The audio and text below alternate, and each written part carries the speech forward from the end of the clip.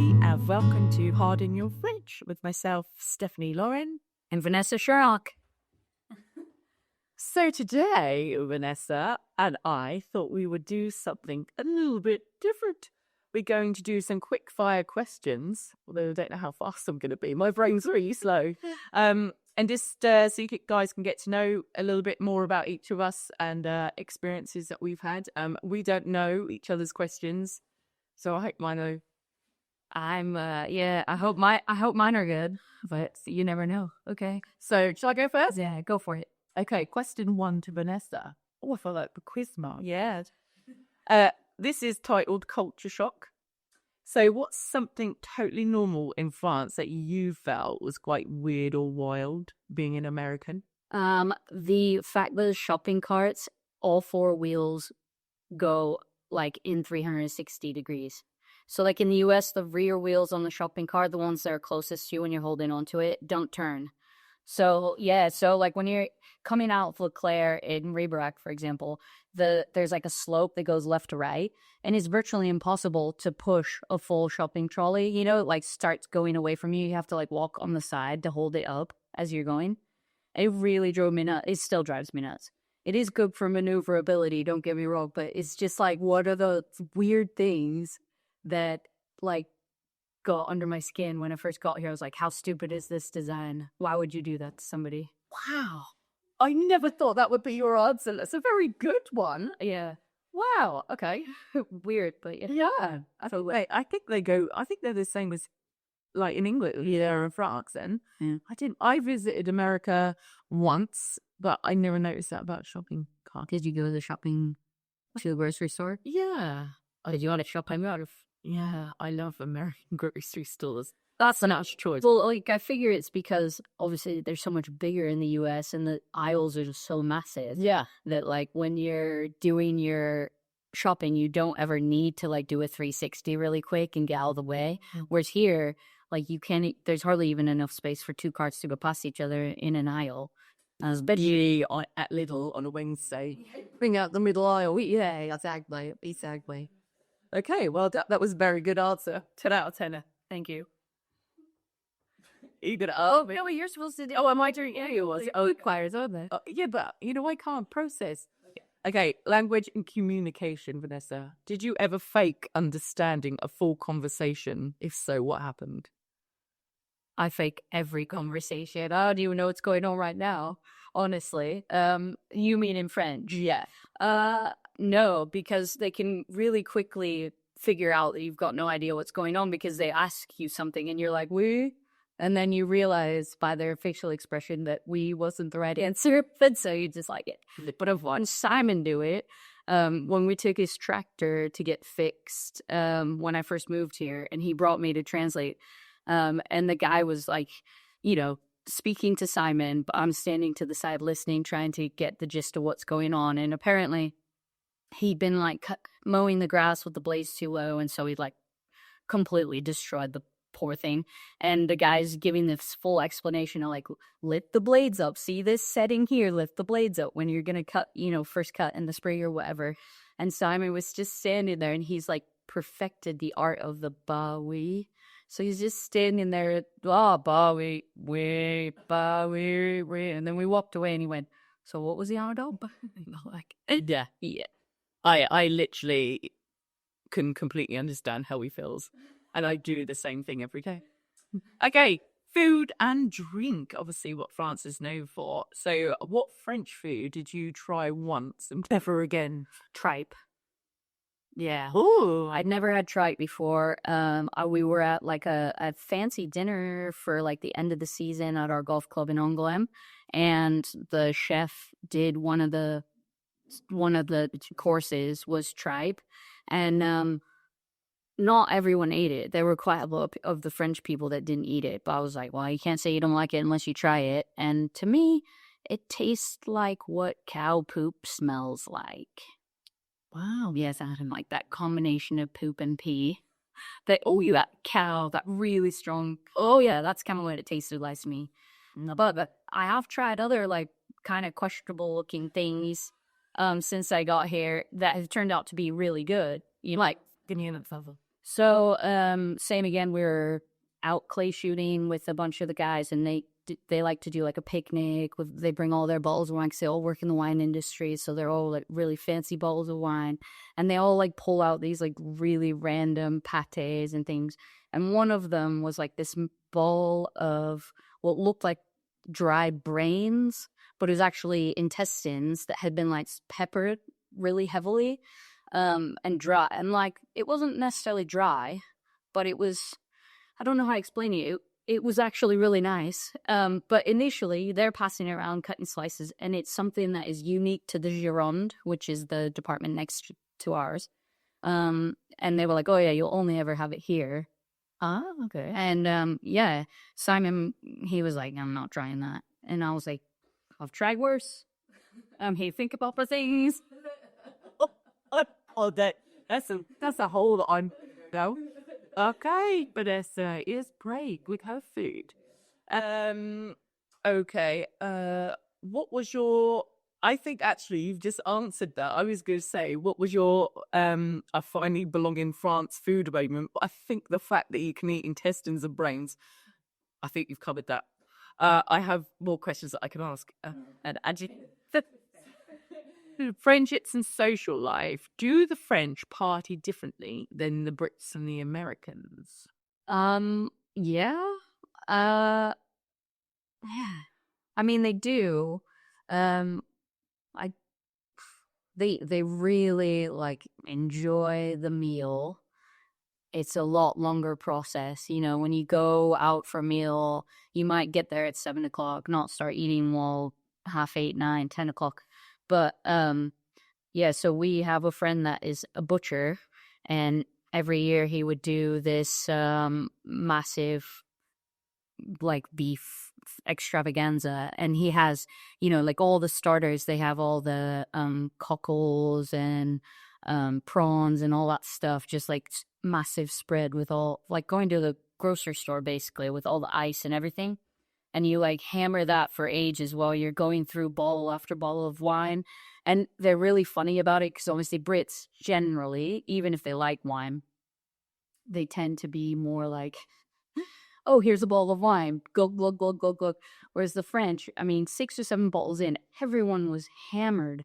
And they're opening a bottle of wine and be like, still doing the tasting thing. Like, oh, it's a bit like this, it's a bit like that. And I'm just like, you haven't got any taste buds left. What are you pretending for? But it's still all about the ceremony. Yeah, the ceremony of the experience of the like life. The love joyous. Yeah. I only I've been to some French parties and they were a bit mental.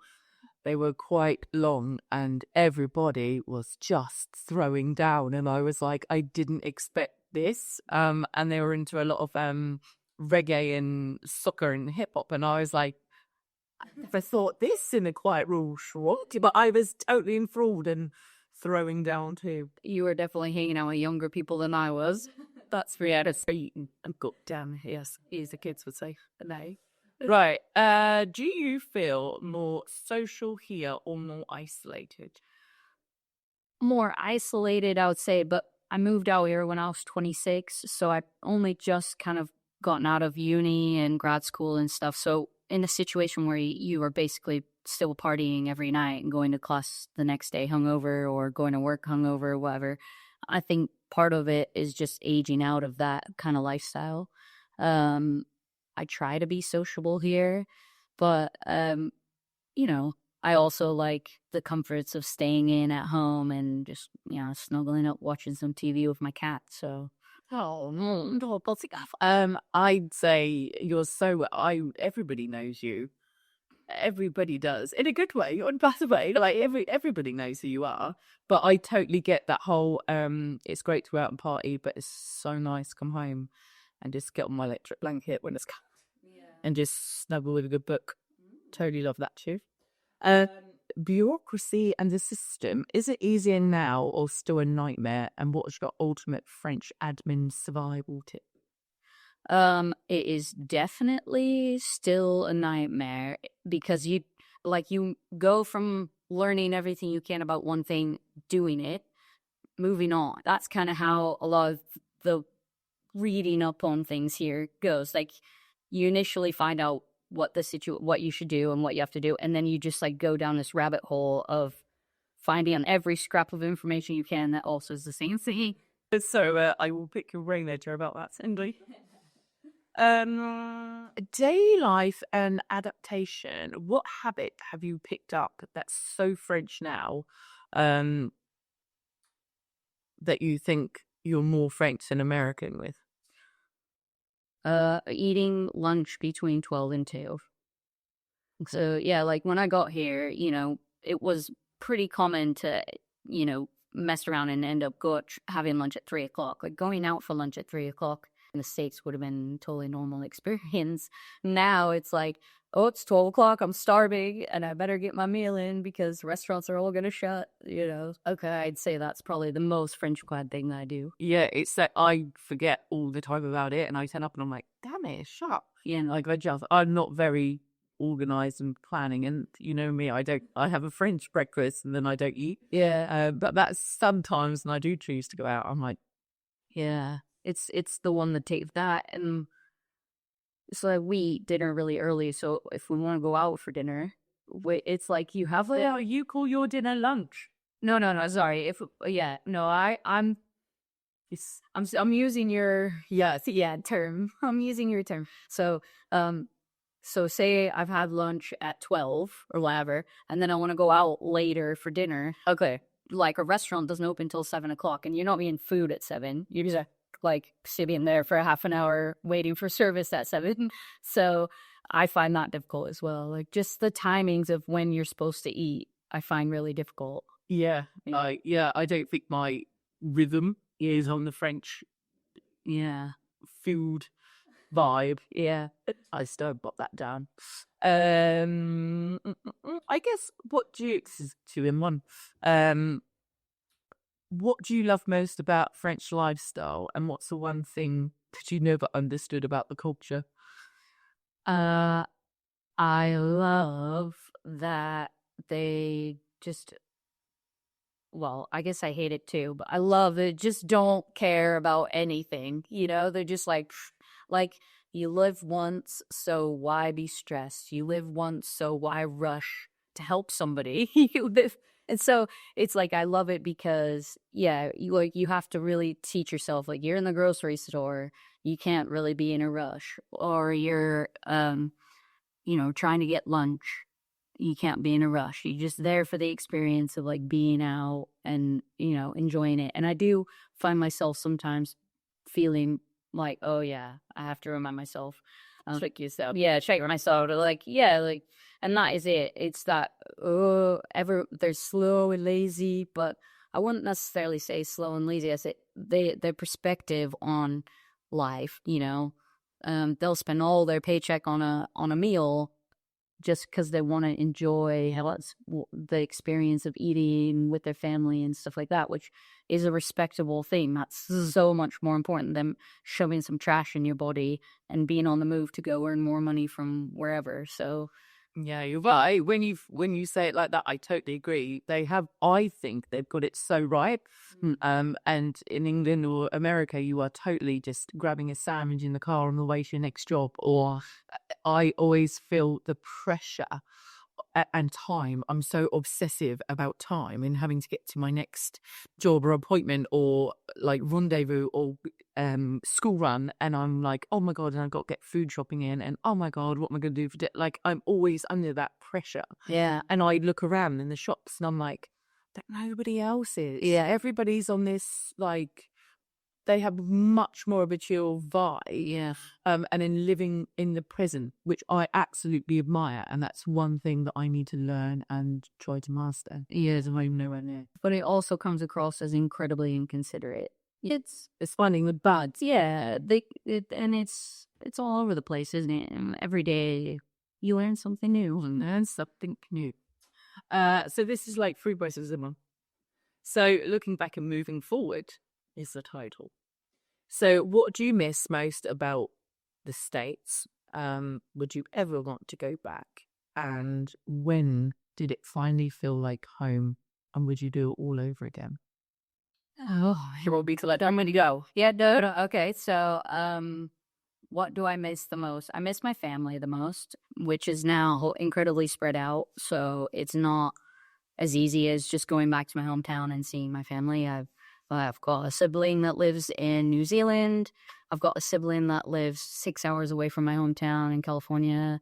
I've got my parents, they both still live in my hometown, but a little bit farther apart. And then I've got a sibling in my hometown that I'm hoping he's can spread his wings and maybe, move on to bigger, better things, but you never know. I also like going and seeing my hometown, but at the same time, I lived there 26 years, so I was really happy to leave. I always knew I wanted to.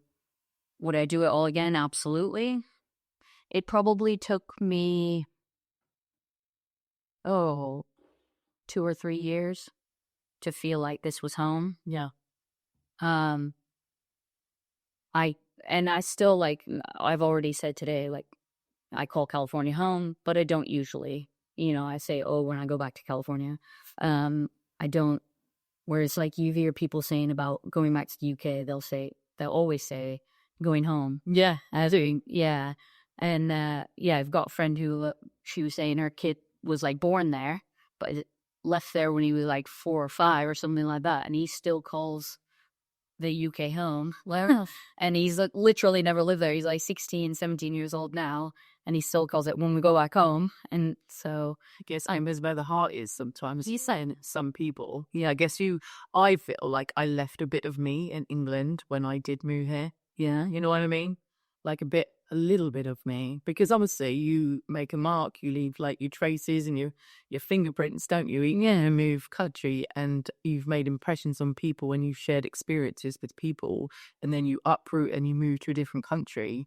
And I still get messages from people that are like, oh my God, when are you coming back? Because obviously I've never been back. In all honesty, I don't have the desire to go back. No, I haven't. But I get the whole family thing. Obviously, I've got a 20-year-old sister now who I haven't seen since she was like 15. Yeah. So she's learned to drive a car and go to uni and do all these things. And I haven't physically been able to like give her a hug or congratulate her. It's different over a phone, isn't it? Yeah. Again, Carter with his nana, my mum. Yeah. It's difficult. It is difficult, but I think the biggest moment was when COVID hit and it was like lockdown, you can't travel. And it was this thing where it was like, oh, that was the first time I realized, like, oh, you might not be going back there. And that was, when I was like, okay, I've got to get vaccinated so I can go back. I've got to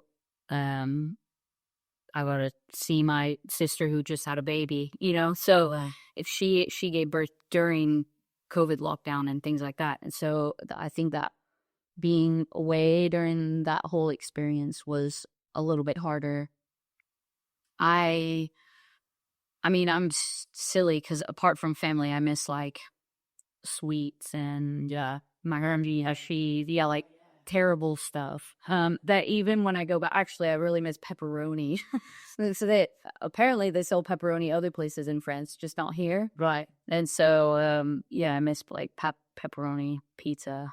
Yeah, so I would totally jump on board with that. He's not been able to find a decent pepperoni pizza. They don't have it here. It's just like such a random thing. But you grow accustomed to not having stuff as well. So yeah. Yes, you do. You find an alternative. Yeah, don't ask my dad about Heinz baked beans because he's still human. So the last part of the question: would you do it all again? I would absolutely. It's been such a wonderful adventure. I don't plan on moving back. Every year that I'm here longer is another year I've spent adulting in France longer than I have in the US. And sometimes I talk to my friends back there about their adulting experiences and I'm like, oh, that sounds terrible. I mean, as much as it's difficult here, you get accustomed to a system and the amount of time things take and stuff like that. I certainly wouldn't be confident going back and kind of jumping back into the whole system and lifestyle and stuff like that. It would be a lot of like, well, in France they do it like this. It's way better. Yeah, you have that good Yeah, now have a QE. That little bit. Oh yeah, exactly. But yeah, Okay. Amazing. Is that all that question all done? All right. Well, you're going to be so disappointed with my questions because they're so much less thoughtful. I thought it was a quick fire. It was like, I know, but like to my brain doesn't fire up. all right. So my question is, do you have a favorite French cheese? No. Do you like cheese? No. I don't know. I do, but I'm the idiot that goes into Leclerc down aisle 20 to find the cheddar cheese. I'm sorry, it's true. You like aged, mature cheddar cheese? Yeah, the Cumberly one. Yeah. Yeah, I do. I don't eat a lot of cheese. My dad is a cheese fiend. Is it? So if you'd let him, he'd go for like 50 euros worth of cheese a week, literally. So I had to like cut it down a bit. But he's a diamond for like Edam and cheddar. I do get like the little spreads and stuff, cut like Brie. Yeah. He said his favorite is baguette and cheese. Yeah, he's very French though, whereas I'm just like still a cheddar girl. Oh, bless you. We'll get you there. All right. Do you have a favorite song? French song. Any song? So there is this song that I freaking love, and I can't work out who sings it, and I don't know the words. And you don't sing it to me? No.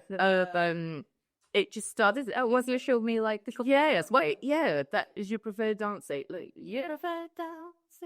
Yeah. And and then it goes, "Do-do-do-do," and I'm like vibing in the car, and then I just have to go. "Do-do-do-do." And I just get so infuriated, which I totally get. But yes, I still look the vibe of the song. Oh yeah. Yeah. That's lovely. What is your biggest fear since moving to France? The next 5 years to 10 years, I guess, because me and my dad bought this house together. And obviously, French law for like, heaven forbid, touch wood, if something happens to my dad, then it's just me and Carter here. So obviously, this house is just way too flipping big for me and Carter. And even though there's no mortgage, it wouldn't be sustainable for just me and Carter. It's one of the reasons why now the house is on the market, because I need to think, Yeah, 5 or 10 years in advance. yeah. And if I obviously have to look after my dad, and he's 73 now, but don't get me wrong, I do all his cooking, cleaning, washing, ironing, and everything else, driving him around like a chauffeur. But if it gets any deeper than that, then it's going to be, a lot of work. And, obviously I would do it. But it's, again, when I moved here, I guess I didn't think of that at the back of my head.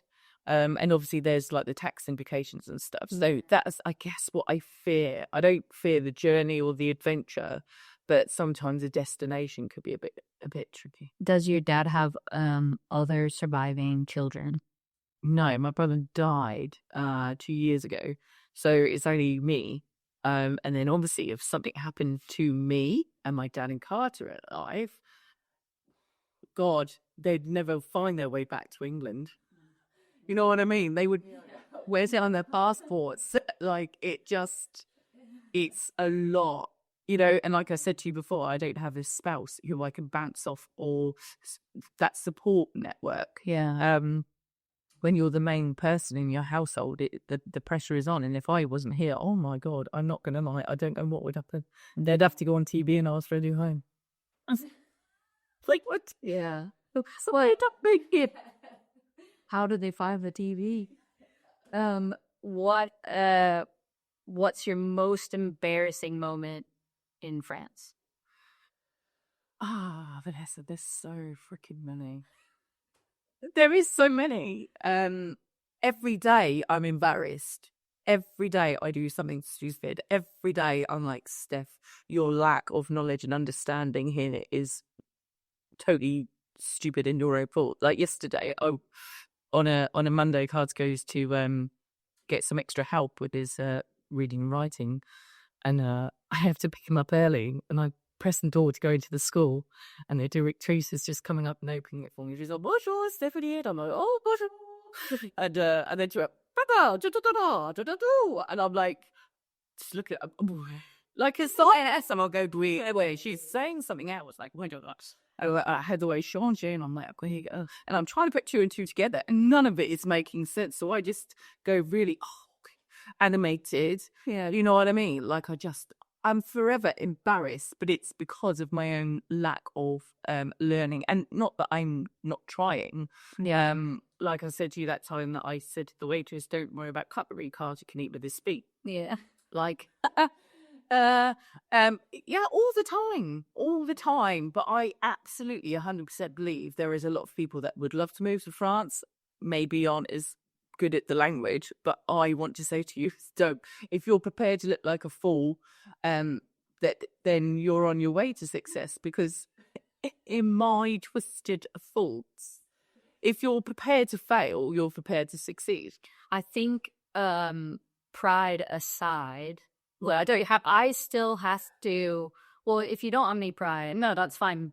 You're doing great. But for me, I'm filled full of it. I've got loads of pride. But it was one of the most difficult things was learning to say, I don't understand. So somebody will ask you a question, and even now, if I mishear it or I just didn't quite catch exactly what they're on about, sometimes it's just like a follow-up question type situation.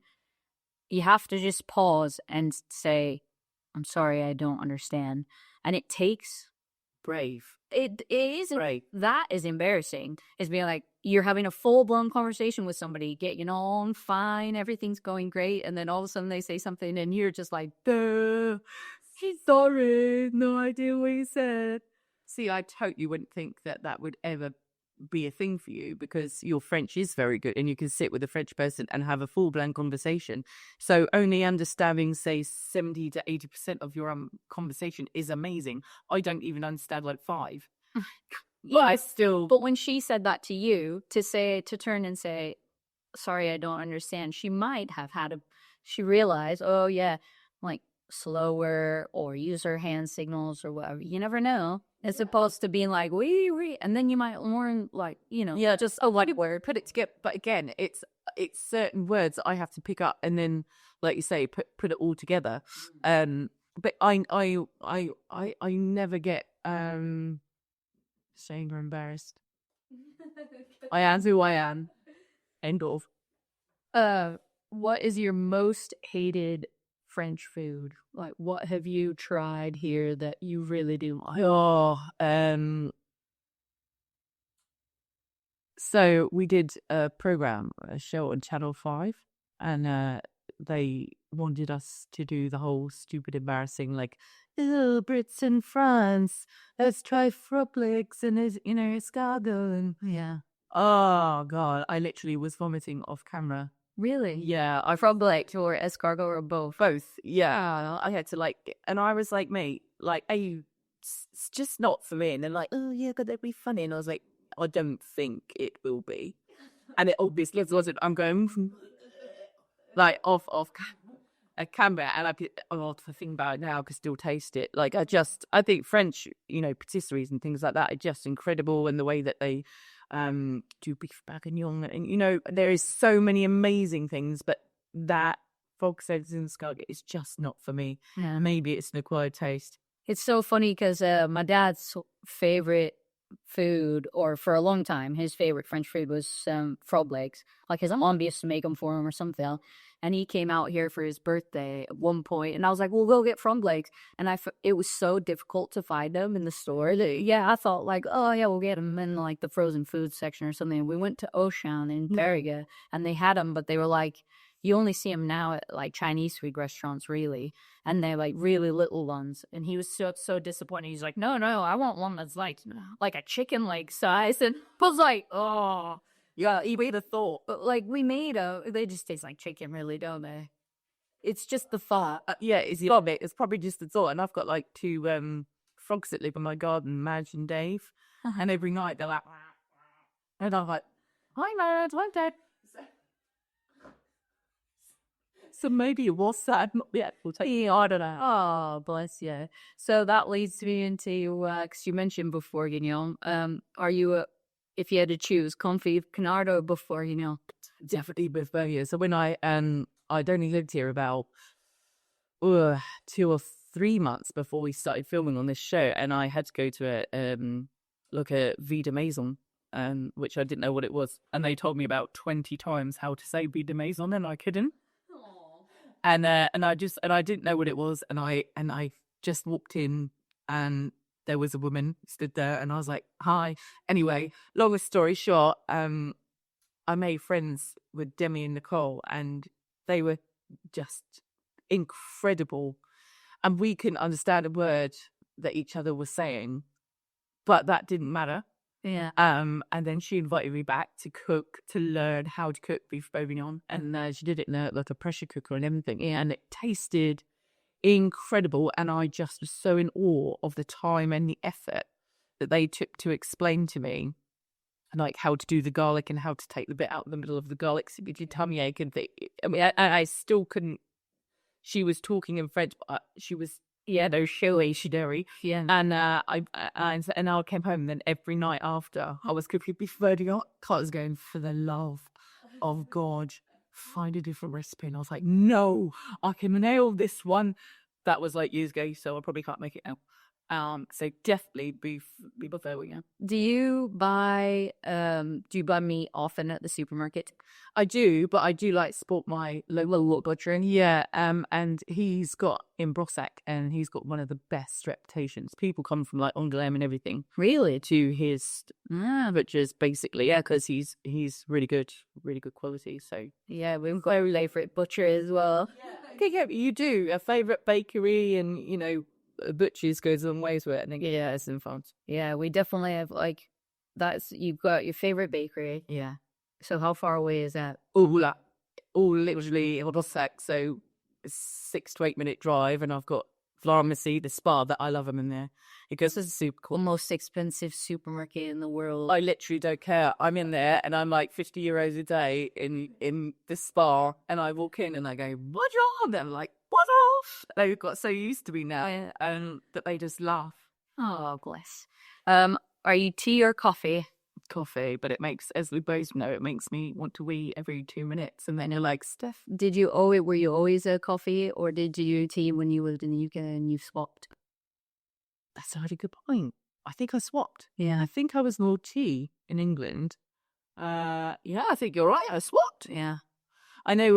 I made a massive, is it a cultural error? I don't know. When my neighbour came round for a coffee, so I boiled the kettle, and he looked at me in disgust, and I was like, "Oh God, what have I done here?" Yeah. And obviously, French people do not drink filtered coffee. And instant. It is. So anyway, I ended up buying this machine. I was so embarrassed. I bought this massive white. It is literally like a technical robot, is it Neo machine? It's me €179 for this machine. And then I worked out you can't really buy the pods anywhere, even in the big supermarket. So I put that in the garage. And then I ended up going out and buying more coffee machines. Yeah. Because I was so mortified, that I messed up a massive faux pas. So yeah, definitely more coffee. Yeah, so one thing that I noticed is when I've visited Simon's family in the UK, if they ever have anyone who's coming to do any work, which they always do, they're like, the boiler man's coming, get cut along. It's it's 10 cups of tea a day. Yeah, and it's just totally normal. It's you've got a pause in your work day, cup of tea. Yes.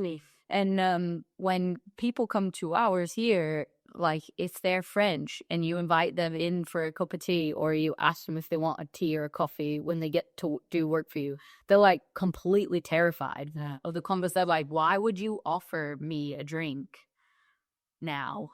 I don't want a little cup of coffee. No, I don't want a cup of tea. You weird person. Yeah.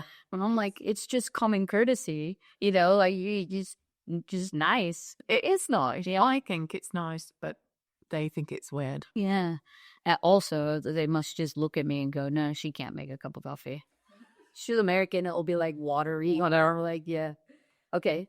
Let's get on to next question. Do you have a celebrity male crush?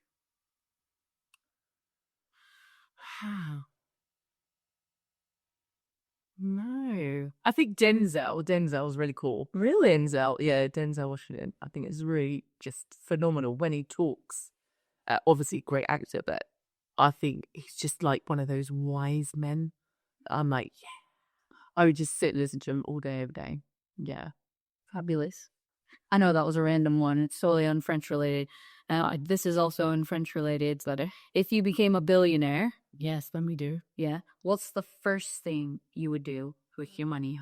Buy a really nice car. And I know it sounds really like fickle, and I don't mean it in that way, because like things like that don't, like clothes, shoes, makeup, being girly, a house, none of that bothers me. But a car. So before I had Carter, I was such a tomboy. I had the nicest cars, and because I drive everywhere, don't I? Yeah. So the experience of driving, I look forward to getting in my car, raving up my music, Yeah. and just driving, and I flipping love it. Like you with your car at the minute, I'm in awe. I love cars, and yeah, I'd get a car with decent sound system. Yeah, the sound systems. Yeah. The Mercedes, the speakers are not good in that thing. Yeah, so it looks like it'd be good, but it is not. No, and then I had can't remember what they call it now, in the Range Rover. I had it's this most amazing sound system, and then obviously the range died about 2 years ago. Like for you to just do, we do. She's got probably she's had like 7 lives here, and then like it just could afford to like you put any more money into it. I'm like, you can just let her R.I.P. Totally. But yeah, music is such a thing to me. So yeah, being able that experience, being able to drive somewhere with some nice music, and yeah, that would be it for me. Yeah. Money's irrelevant. It's experiences that you pay for. Yeah. And yeah, nothing better on a sunny day with your music blasted. Yeah. And driving through a French country road. Very cool. Very cool. All right. Well, that was my last question, Pete. Well done. Thank you again for watching and listening, and please share and follow and subscribe, because it's we're snowballing, which is amazing. So that is thanks to all you guys and all your commitment to us, and we are committed to you. So have a good one. See you next time.